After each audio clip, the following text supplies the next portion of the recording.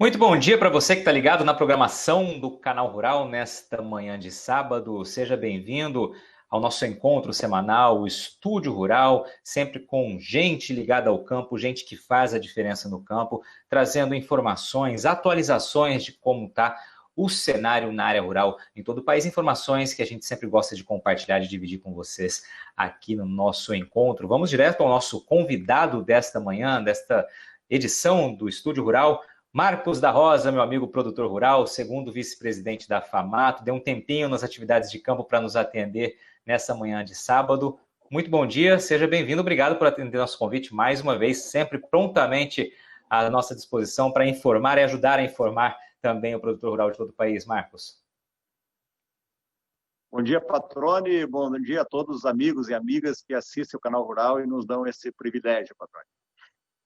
Maravilha, o privilégio é nosso de contar contigo mais uma vez, Marcos. Aliás, vamos começar pelas atividades de campo, né? A gente está aí no avanço da colheita do milho segunda safra aqui em Mato Grosso, ou seja, é um período de muita movimentação, muito trabalho nas fazendas. Você está aí diariamente, né, convivendo com essa rotina e já se preparando, evidentemente, para a próxima safra de soja. Como é que está o dia a dia no campo nesse momento de avanço dos casos de Covid-19 aqui em Mato Grosso? Uma preocupação muito grande em todo o estado, essa interiorização. Você, inclusive, já foi nosso entrevistado numa edição do Canal Rural News falando justamente sobre esse tema. Como é que estão os últimos dias aí na atividade, na lida no campo, frente a tudo isso que vem acontecendo, Marcos?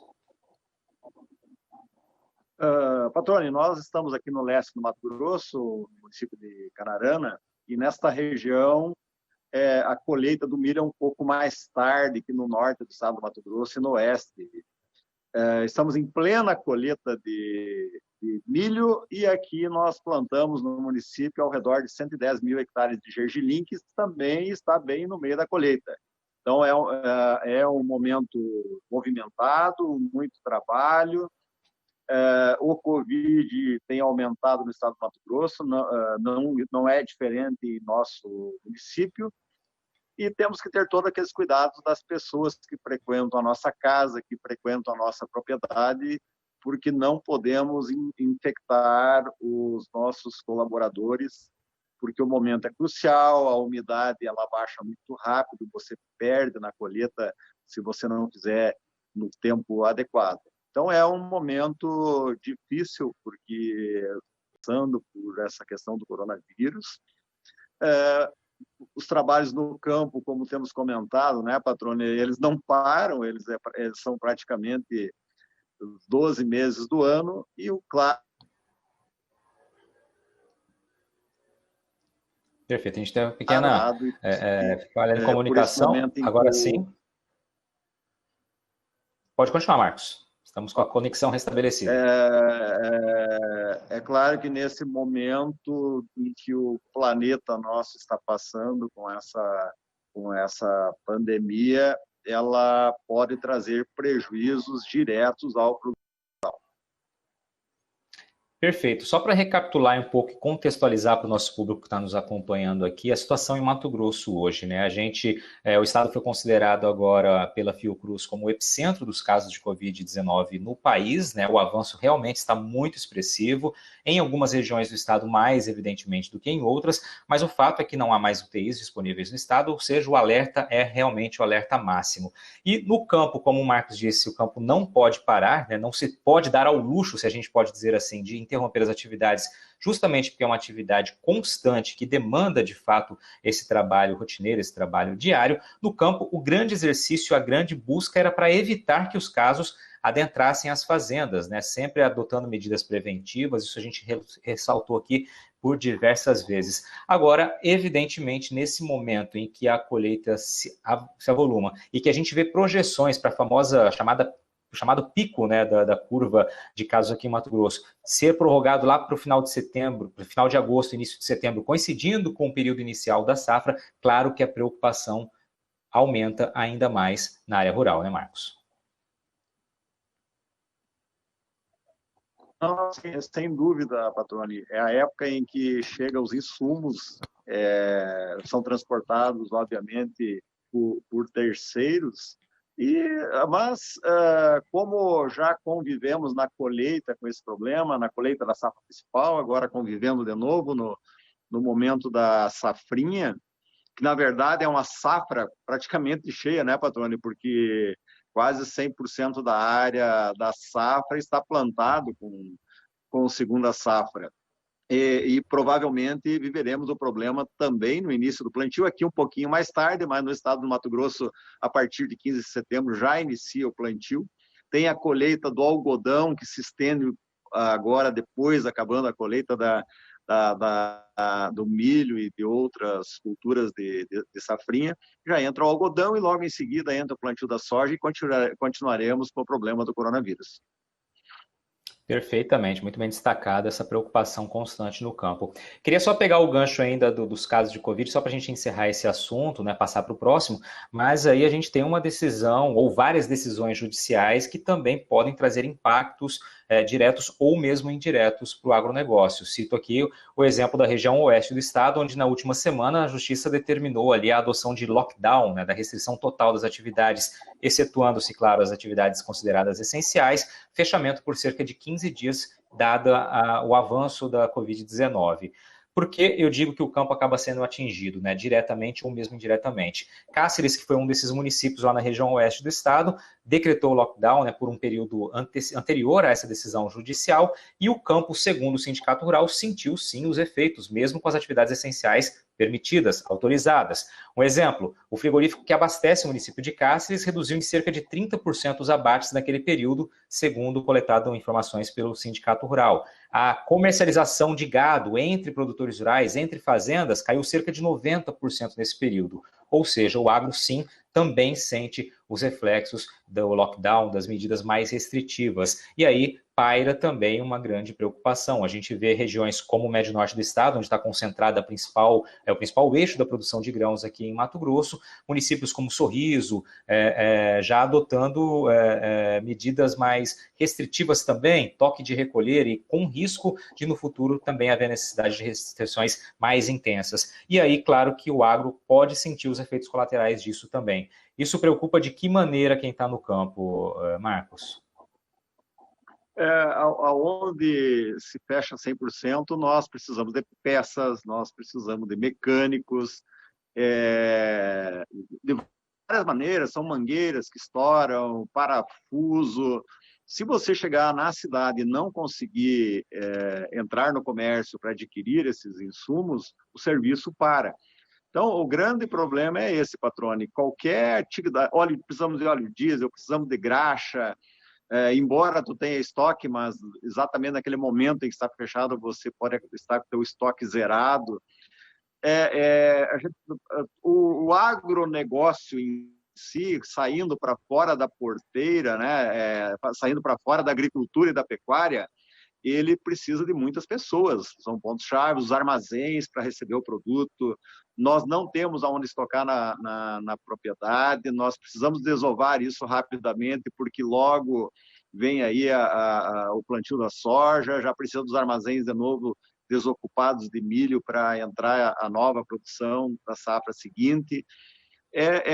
Na agropecuária é um desastre, além dos compromissos que temos que cumprir, os pagamentos, as compras a prazo que vencem, fechando um frigorífico, você chegou no ponto máximo para abate de um animal, você não consegue abater, você tem que jogar mais 30 ou 60 dias para frente, o custo fica maior. Então, é uma atividade que não tem como ter a parada total aí, que é o tal lockdown, Patrone. Perfeito, Marcos. A gente está chegando perto do fim do primeiro bloco. Eu queria trazer à tona um outro reflexo, né, dessa pandemia que todo mundo vem discutindo e quero entender como quem está no campo enxerga esse momento, que é a preocupação com o futuro, né?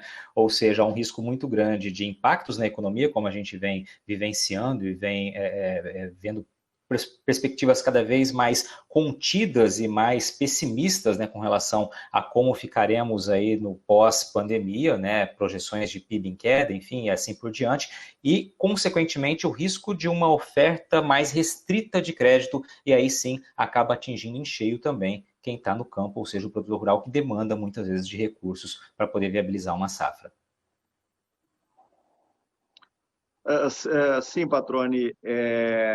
Na verdade, quando há uma restrição de crédito, como aconteceu talvez com algumas empresas que não fornecem, entra um outro ator no processo. Nesse caso, está entrando os bancos.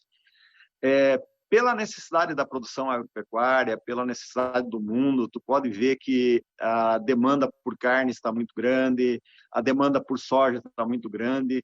Quem diria que um dia faltaria milho no mercado, com toda a produção de milho safrinha que nós temos no Mato Grosso, as dificuldades que tivemos vendendo milho, principalmente abaixo do custo de produção. Eu lembro que uma safrinha dessa, pela produtividade que estavam tendo naquele momento, o nosso custo estava em 26 sacos R$26 por saco de milho. Acabamos carregando num bitrem para um criatório de galinhas para produção de ovos aqui no nosso município mesmo, por R$16 o saco, uma defasagem de R$10. Então, quem diria que o milho, com toda a produção, do tamanho da produção brasileira, iria talvez faltar até no final desse ano, nós não tenha milho no mercado interno. Então, essa questão de financiamento, ele pode ficar mais caro, pode haver mais exigências de garantias, mas não acredito que para esta safra que nós estamos entrando, na 2021, vai faltar recursos. Ele pode, sim, obviamente, ficar mais caro, o custo do dinheiro. Como nós nos financiamos em mais de 80% da produção total do Mato Grosso, menos de 20% são recursos próprios, nós precisamos realmente desses recursos, mas de uma maneira ou de outra, ela vai chegar até no produtor, até porque a próxima safra, principalmente de soja, ela já está andada, está bem vendida, e os compromissos com os insumos também estão adiantados, estão muito diferente do ano passado ou de outro ano. Então, resumindo, Patrone, o recurso ele pode ser mais caro, em função do que está acontecendo no mercado, pode haver uma exigência maior de garantia, mas apertado ou não, esses recursos vão existir. Essa é uma opinião que a gente tem, olhando os números do IMEA e pelo próprio negócio do nosso dia a dia aqui. Perfeito, perfeito. Muito bem pontuado, Marcos. Vamos fazer uma breve pausa aqui nesse intervalo, nesse bloco do Estúdio Rural. Daqui a pouquinho a gente volta para tratar um pouquinho mais do cenário internacional, muita pressão voltando à tona aí para o Brasil. Vamos ver como que o campo está enxergando. Gente, esse é o Estúdio Rural. Rapidinho a gente está de volta.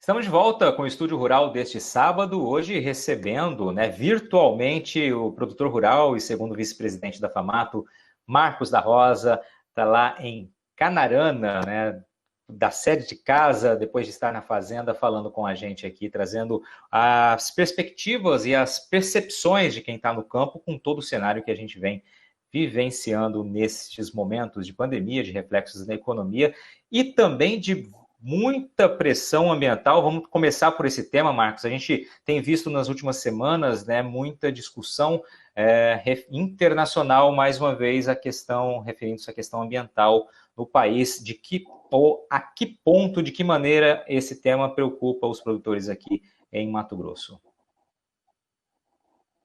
Bom, Patrônio, nós temos alguns problemas internos, as áreas que se produz e que não tem documento, isso é um tema do momento, está sendo discutido no Congresso Nacional, mas a lei deu uma empacada por falta de entendimento das pessoas. Nós temos muitas áreas que estão ocupadas no Brasil há vários anos, com áreas possíveis de legalização, e com promessas aí nos últimos 25 anos de legalizar aquele produtor que está...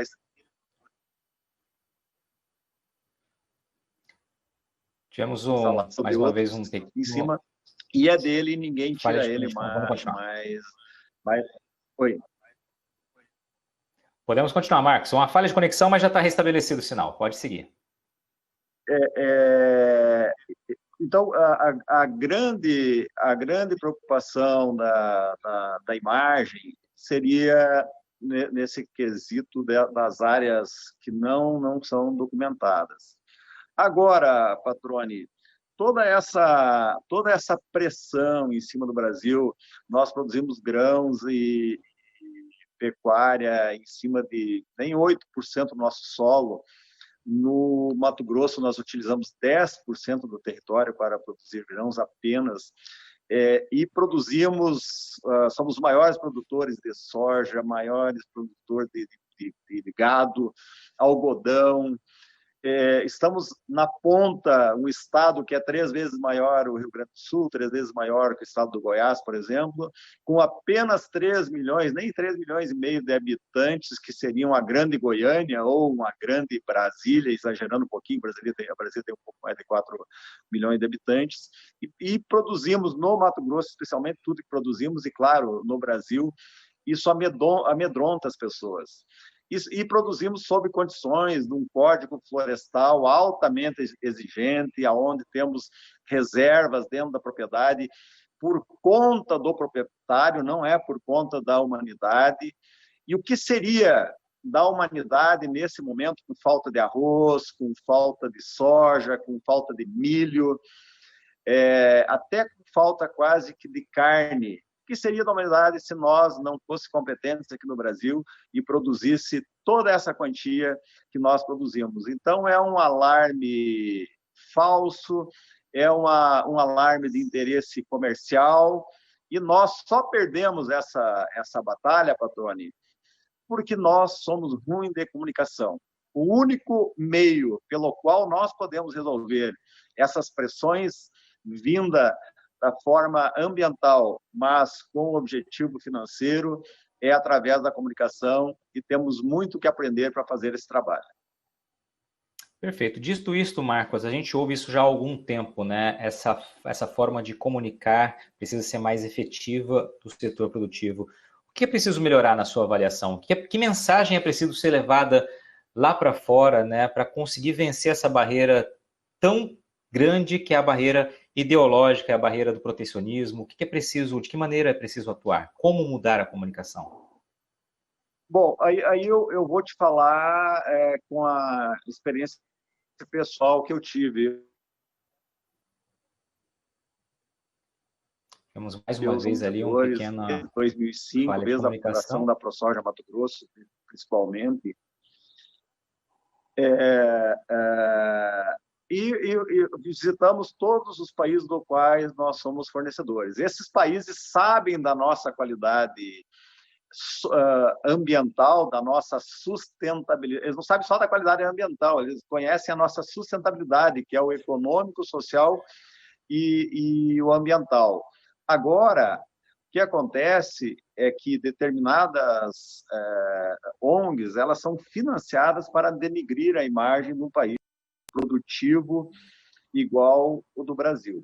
Então, lá fora eles sabem. Agora, você perguntou aonde que nós pecamos. Quando alguém vai dar uma entrevista, seja ele do setor rural, seja ele do Executivo Federal, Executivo Estadual, do próprio Congresso Nacional, eles falam, olha, nós podemos aumentar a nossa produção, ter mais produtividade sem derrubar uma única árvore. Para que falar isso? Se na minha propriedade, por exemplo, onde eu tenho que ter uma reserva de 35%, e eu ainda estou com 45%, portanto, posso tirar a vegetação natural em 10% da minha área, que é legal no Brasil e não existe nenhuma lei igual em outra parte do mundo. Por que eu tenho que falar que não posso derrubar uma árvore, eu vou produzir mais sem derrubar uma árvore? Não tem o porquê disso. O que nós deveríamos dizer, olha, nós temos uma lei ambiental no Brasil que, de acordo com os biomas, nós temos que ter um tamanho de reserva legal. Na Amazônia, por exemplo, no bioma amazônico, o proprietário rural ele tem que conservar com rural 80% da sua propriedade e produzir apenas em 20%. Se ele está produzindo em 10%, ele pode abrir mais 10% e produzir mais se é uma necessidade que o mundo tem. Perfeito. Então, nós nos colocamos como refém de uma história que não é verdadeira. Nós, por não sabermos nos comunicar, nós não levamos de maneira para a comunicação da sociedade de maneira correta a nossa informação. As nossas informações são muito valiosas, são... Perfeito. Tivemos uma pequena falha de comunicação na internet. Produzir sobre essas condições todas, Patrone, não há nenhum país no mundo que se produza com essa pressão, dessa maneira, utilizando muito pouco a área agricultável. Vamos lá na Índia, que é um país autossuficiente. A Índia utiliza quase por 60% do seu território para produzir grãos. E nós usamos apenas 7%. Então, a comunicação ela tem por esse caminho, mostrar essas verdades. E aí tem uma outra parte, que é a parte comercial. Quanto por cento da nossa comercialização são feitas com empresas estrangeiras no Brasil? Quantas empresas da Alemanha, da Holanda, por exemplo? Na Alemanha temos BASF, temos Bayer. Da Holanda, por exemplo, compraram duas fábricas de ração e medicamento brasileira, uma é a Tortuga, outra é a Bellman, são empresas holandesas do Brasil fazendo ração para animal aqui no Brasil. Então, vamos restringir o comércio? Holandês, você tem muitos negócios aqui no Brasil, você se retira daqui, ou então você ajuda a pagar e fazer a comunicação da necessidade de reserva legal que nós temos aqui no Brasil. Então, nós temos caminho, a pressão é muito grande.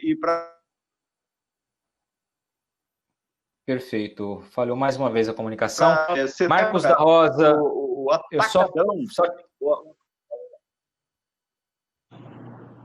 falhamos a comunicação aqui mais uma vez, Marcos. A gente está chegando no fim do programa, nosso tempo correu, eu sabia que correria conversando contigo, é sempre muito bom bater um papo contigo. Vou te dar aqui 30 segundinhos para consideração final, já que a gente teve umas interrupções aí de internet, mas vamos lá, 30 segundinhos para uma avaliação geral sobre o tema e sobre o que o agro vem vivenciando hoje. Não, Patrone, nós estamos no caminho certo, produzimos, apenas nós temos uma dependência do mercado praticamente, hoje, o mercado asiático que consome nossos produtos, podemos produzir muito mais, mas temos que melhorar a comunicação e ter um melhor relacionamento com esses países do qual nós somos fornecedores para acabar com essa pressão econômica que atinge o nosso bolso e não nos dá sossego e nem segurança jurídica, Patrone. Perfeito, Marcos da Rosa. Brilhantemente fechando essa participação aqui. Te agradeço mais uma vez por encontrar uma brecha na tua agenda para nos atender via internet, apesar das falhas de comunicação, né, que mostram a realidade, né, da infraestrutura que a gente ainda enfrenta, especialmente aqui em Mato Grosso, né? Isso fica muito claro, inclusive, nessa comunicação que estamos fazendo, né? São as falhas e as dificuldades que os produtores que estão no campo também, que querem implantar tecnologia, sentem na pele no dia a dia. Obrigado mais uma vez pela sua participação aqui conosco, obrigado pela entrevista e obrigado a você que nos acompanhou nesta manhã de sábado. Este foi o Estúdio Rural desta semana. Fiquem bem, se cuidem e até o nosso próximo encontro.